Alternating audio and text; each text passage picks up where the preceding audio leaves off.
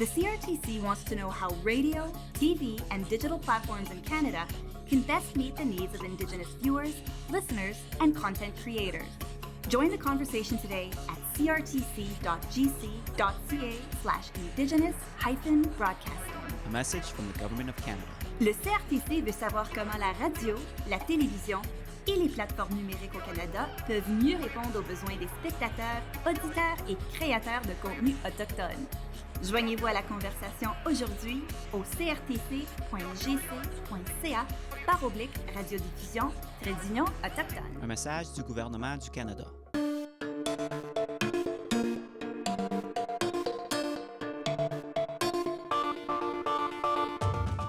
Tonight on Nation to Nation, NDP MP Sol Mamakwa says the lack of progress on the mercury poisoning in Grassy Narrows First Nation amounts to environmental racism.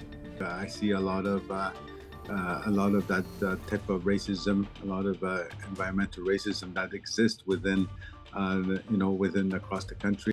The chief of Moose Cree First Nation says it's critical that the federal government replace the Weeneebayko General Hospital, which is 75 years old, and it needs replacement. It cannot be renovated.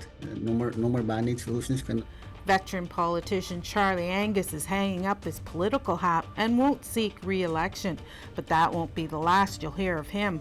There's a lot. We got to stir things up. So I'm hoping you'll probably see me out there someplace causing maximum mayhem for justice. Honey, welcome to Nation. I'm Annette Francis. A First Nation NDP MPP made history in the Ontario legislature this week when he made a speech in his language of OG Cree.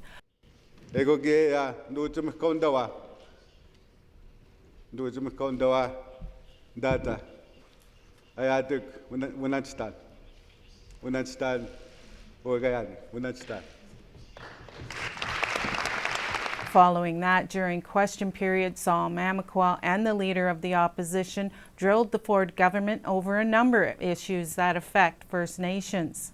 I would have hoped to hear from the minister that the premier, that the ministers, that somebody else from cabinet was going to be attending that meeting. I mean, meeting after meeting after meeting. Come on! People are being poisoned. Children, elders. From access to long-term health care, mercury poisoning, and to lack of consultation. Sol Mamakwa joins me now to talk about that. Welcome.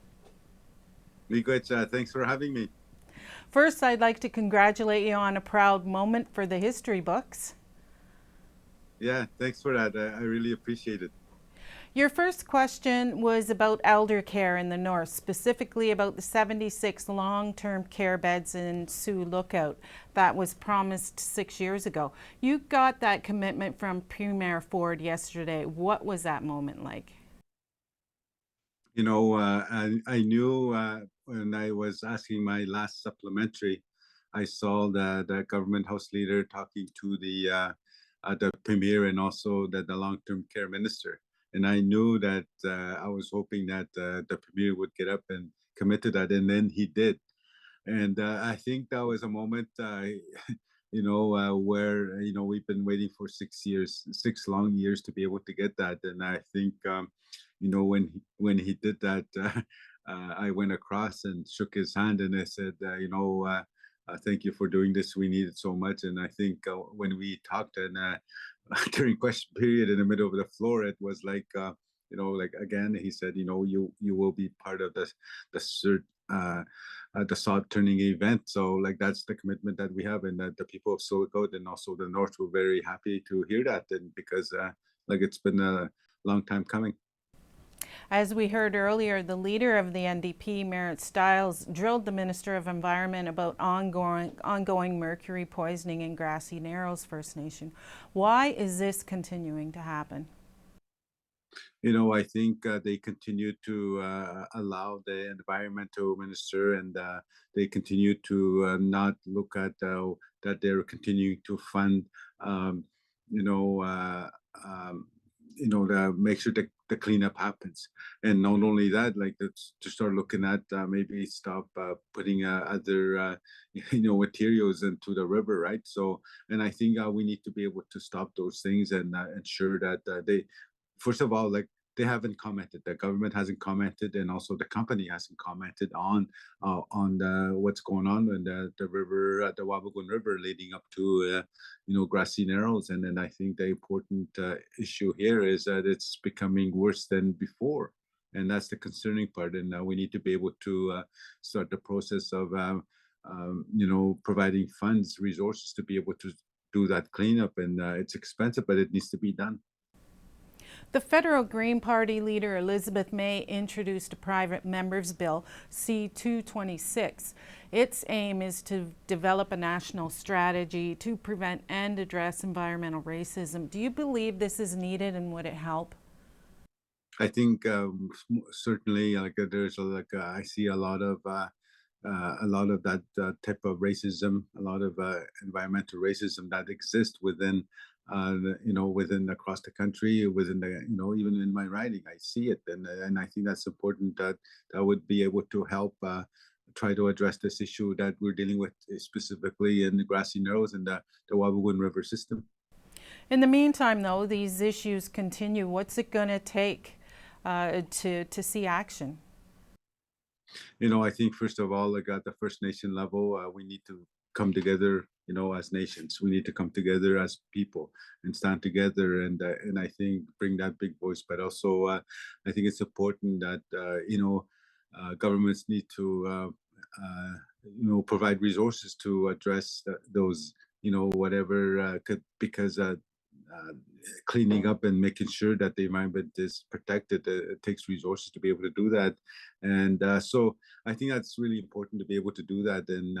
And certainly, racism is racism.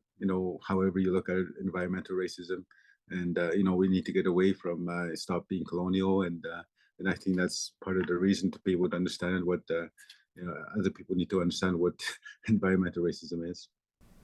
Another question you asked was directed to the Minister of Indigenous Affairs, Greg Rickford, regarding the legitimacy of Ontario Métis communities. Why do First Nations need to be consulted on Métis matters? I mean, I think as First Nations people, we've been here for thousands of years. And I think one of the things without, acknowledging and, talking to First Nations who are the rights holders, the land rights holders, the treaty rights holders, I think we need to be able to, we do not need the federal government to dictate whose nation it is or whose lands these are. And I think that's what they're asking for, to recognize like there's a process. How did you determine that these are that these people lived in these lands, and the Métis that if they were here? And I think that's something that that's the First Nations are asking for across Ontario, and I think that's Ontario as a government, they're also complicit in just to as if they're sitting on a fence and on the issue, and without really saying this or that side, whatever. If you sit on the fence, you're on the side of the oppressor, and that's what exactly the Ontario government is doing. The Weeneebayko Area Health Authority was in Ottawa this week. They were hammering the federal government for a commitment to build a new health centre. The federal government says health care is the province's responsibility. What's your thoughts on that? I think to be able to leave out the fiduciary responsibility of healthcare to the province is a way of these colonial people try to provide excuses for. That's unacceptable. And I think I've been to the hospital and Moose Factory, and it reminded me of that Indian hospital back in the Solico Zone Hospital. I've been there, and when I went there earlier this year, it was around January, I think, and the smell of it just brought me back to that place. And then to kind of put that in put that in in the back burner of funding, and it's not good. And I think the fiduciary responsibility for First Nations is on the federal government, and I think they may be using that because it's going to be on the Moosonee side, which is on the mainland, which is off reserve.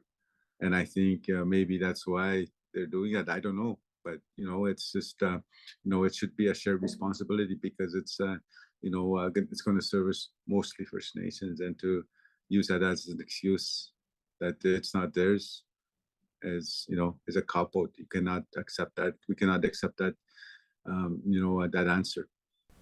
Okay. Miigwech, thank you for joining us. All right, miigwech. Stick around after the break. We'll speak to Chief Peter Wesley of Moose Cree First Nation. APTN Investigates delivers impactful, Indigenous-focused stories that change lives and reveal the bigger picture. On this week's show, I'm Rob Smith. Life in Vancouver's downtown east side is devastating for people just trying to survive. Wars on the poor, the drug war, crisis after crisis for the unhoused. Watch for tales of survival in my episode, Wrecking Crew. APTN Investigates, Friday, immediately following APTN National News. Ani, welcome back. Delegates from the Weeneebayko Health Authority were in Ottawa this week. They're calling on the federal government to act on an agreement signed in 2007 for a new hospital. They say the 75-year-old Weeneebayko General Hospital has long surpassed its intended lifespan. Chief Peter Wesley of Moose Cree Nation joins me now. Welcome to Nation to Nation. Thank you. You were with the delegation in Ottawa this week. What were you hoping to accomplish? Well, we were hoping to hear a firm commitment from Canada on the Waha redevelopment project, which calls for the replacement of our existing hospital, which is 75 years old, and it needs replacement. It cannot be renovated. No more band-aid solutions can be done to it, so it needs to be replaced. That's why we were there. We were there to call on Canada to fulfill their obligations. We had the province step up. Province is on board. They're fully committed, but we need Canada to honor their obligation as well. What was that agreement the government hasn't lived up to? Well, first of all, it's a treaty obligation, a right to healthcare. That's where Moose Cree is coming from. Canada this federal government has always been talking about reconciliation with their First Nations, and for us, it's difficult. We don't see that in a substantial way. We even have a Prime Minister Trudeau says that the most important relationship that he has is with the First Nation people, and yet here we are having to call upon him to come and honor his obligations to the First Nations. So that's where we're at. We need Canada to live up to honor their treaty obligations to the First Nations people. Have you had a response at all from the federal government? We did send out letters from from our own First Nation. We sent out a letter to Canada, and supporting letters from regional First Nation organizations as well. And I did get a response on Friday, late in the afternoon, but it really didn't have any substance to it. It was just an acknowledgement. Yes, we hear you, and we're working on this. And it didn't really give us any firm commitment to say, yeah, we are going to fund. We are funding. They didn't put any dollar amounts to that effect. So it was just from our point of view, just an acknowledgement letter saying, yes, we hear you, and we are committed to working on it. That's basically it. Can you describe the state of the hospital the way it is right now? The roof is falling in. The roof is in bad disrepair. We shared pictures at the conference on Ottawa, right outside the chief of staff. The roof, you see water dripping in right in front of her office. The ceiling tiles are falling in, the water is dripping. We shared photographs of the like the water lines that service the hospital, and they're in really bad shape. And I don't know what it's gonna take to help to make them understand that this shouldn't be happening in any community, let alone a First Nation community. This is really a sad state we find ourselves in once again. How does this affect the communities that it serves? Like right now, if this were strictly a health and safety matter, according to the labor code, those employees could refuse to work. That's where we are. We've gone past that point.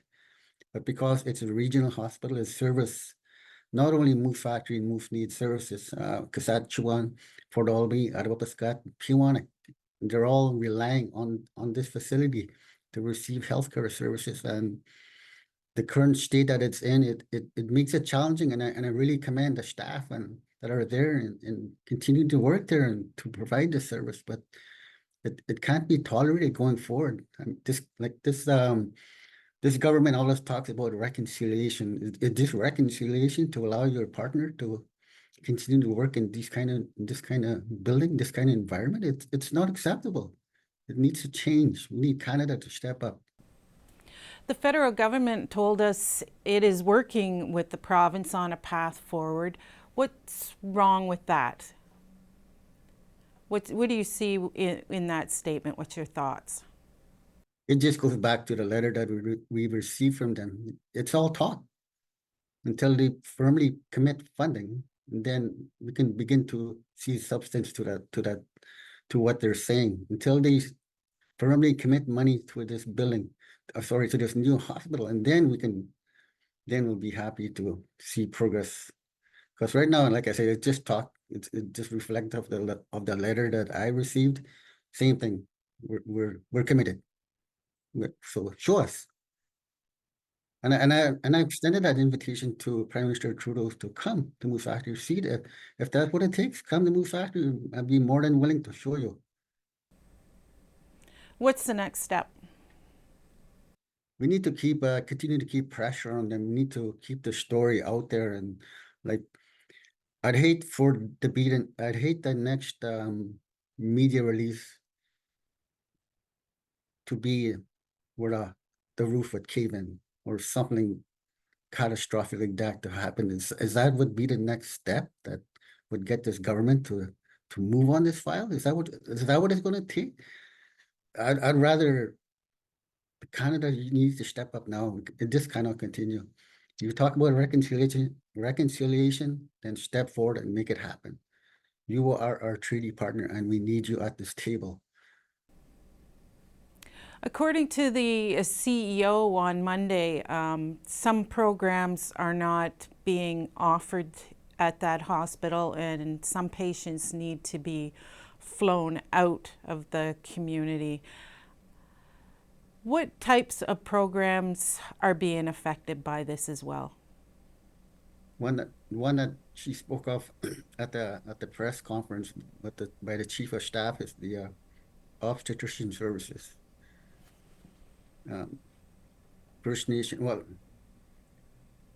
women that are pregnant are in need of need to have services to help them during that time. They can't do that. That can't be offered. It's not available at this hospital because of the condition. This building, because of its state of disrepair, can't offer all the services. So if there's a lady from, we'll say, Pewanak that needs obstetrician care, will be flown as far as Kingston to receive the service because it cannot be offered in Moose Factory, and that's a long way to travel for that kind of service. Would that be acceptable down south? I don't think so. Why should it be tolerated in our First Nation, in our communities? Okay. Miigwech Chief, thank you for joining us. Thank you for the opportunity today, and thank you again. NDP MP Charlie Angus joins us next, right after the break.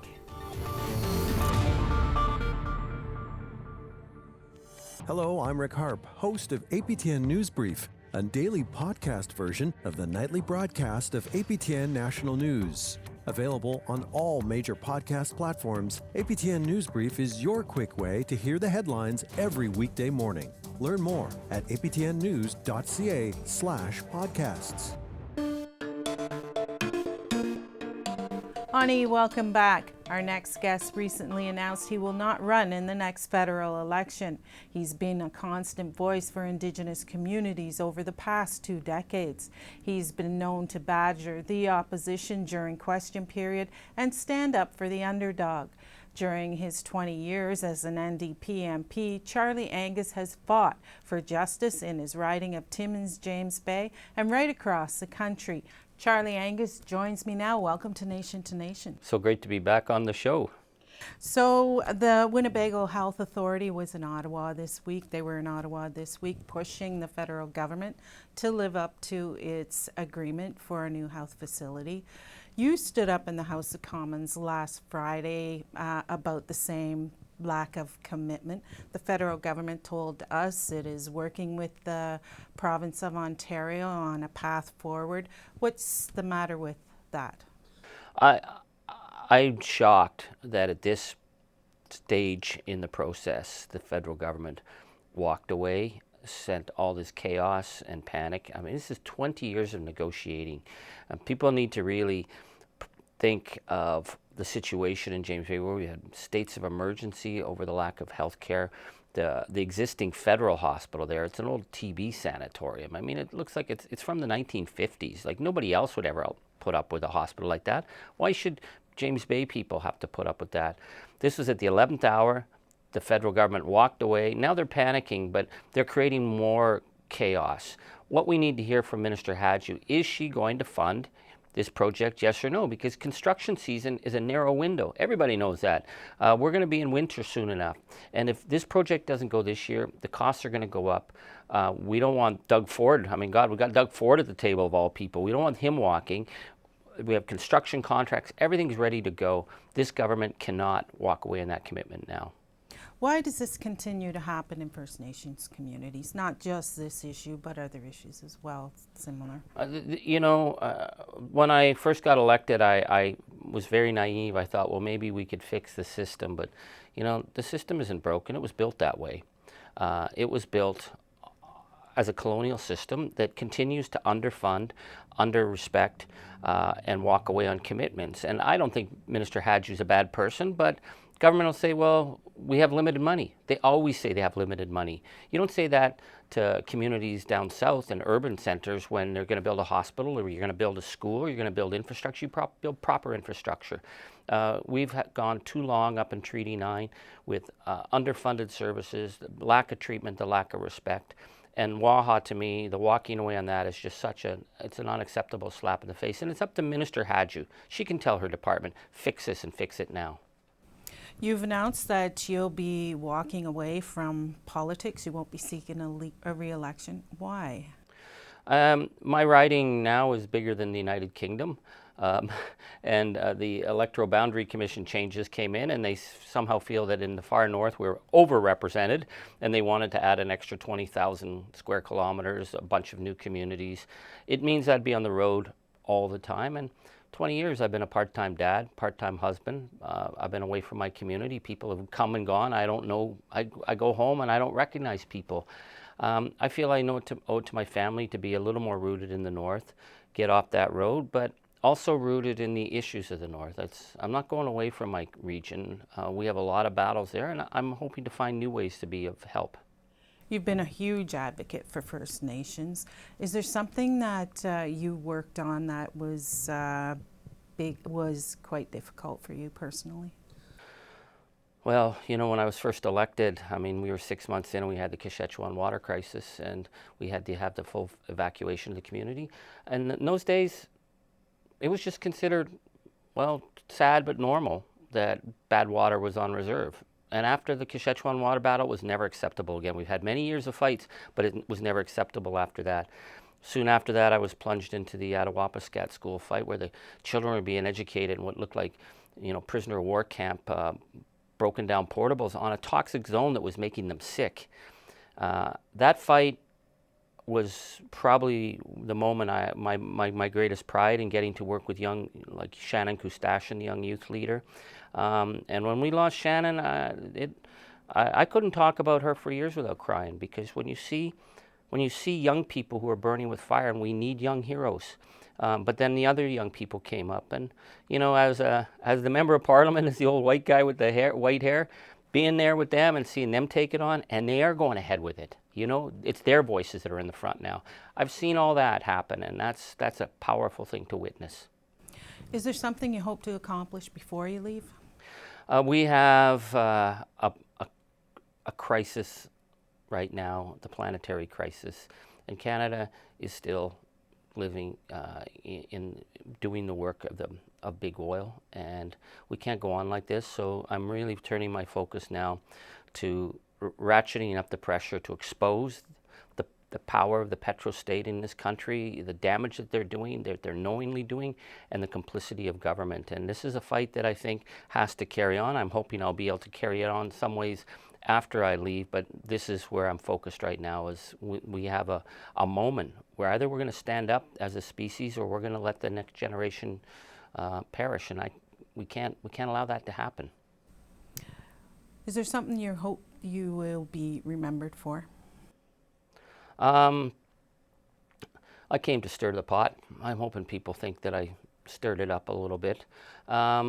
I've done a lot of things. I've been recognized for a lot of things, but nothing has made me as proud as being there and helping and watching this young generation of Indigenous leaders take hold. Canada needs to get their head clear. It's not the oil, it's not the gold, it's not the copper that's our greatest resource. It's this young generation. We got to give them the education opportunities. We got to give them the support for mental health. We got to open all the opportunities, because they're going to make this nation the nation that it should be. There are other MPs that push for First Nations issues right across the country, but you've done that every day. You're up there. Why is that? Well, I don't know. I always think I was raised by a Scottish grandmother who had a long history and a memory, and she said, you always have to remember what happened to your people. The only reason we came to Canada is we got burnt out. My granny said, if you don't know your history, it's going to happen again. And when I went to communities like Saskatchewan the first time, and a woman said to me, what would you think about raising your children in a prisoner of war camp? And I looked around, and that's what it looked like. And when something's wrong, it's wrong. I don't think it's anything special to stand up to injustice. It's what we're supposed to do. This is what we're supposed to do as people. When you see something wrong, you speak up. When people need allies, you be an ally. That's what you do. So that's what I did, and I think my granny would be pretty happy that I did that. What's the future for Charlie Angus? What's that look like? Are you going to band back together? Or? Well, the band is back together. The Grievous Angels got our new record out. We're playing a big show at the Horseshoe Tavern in another week. I've been involved with this group called Make Music Matter that's about using music to empower, and they're doing some really great work in First Nation communities now. I'm going home to the north, and before I was elected, I used to work with the Algonquin Nation. I helped negotiate, I did research, hell, I organized their blockades for them, and I would love to be able to go back into the northern communities and bring what I've learned, and be also carrying on my journey of learning and stirring the pot. There's a lot, we got to stir things up, so I'm hoping you'll probably see me out there someplace causing maximum mayhem for justice. I'm sure we will. Okay, Miigwech, thank you for joining us. Miigwech. That's it for our show this evening, and this is our final episode for this season's Nation to Nation. If you missed any part of tonight's broadcast, you can check out our podcasts at aptnnews.ca/podcast. Farewell from your co-host Annette Francis And Fraser Needham. Stay safe and have a great summer. Miigwech. And we'll both see you back here in October.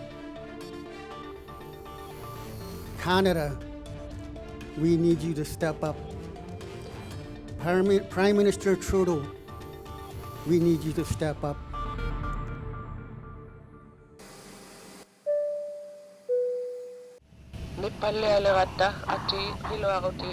APTN presents a captivating journey into the heart of the North with our latest podcast, The Place That Thaws.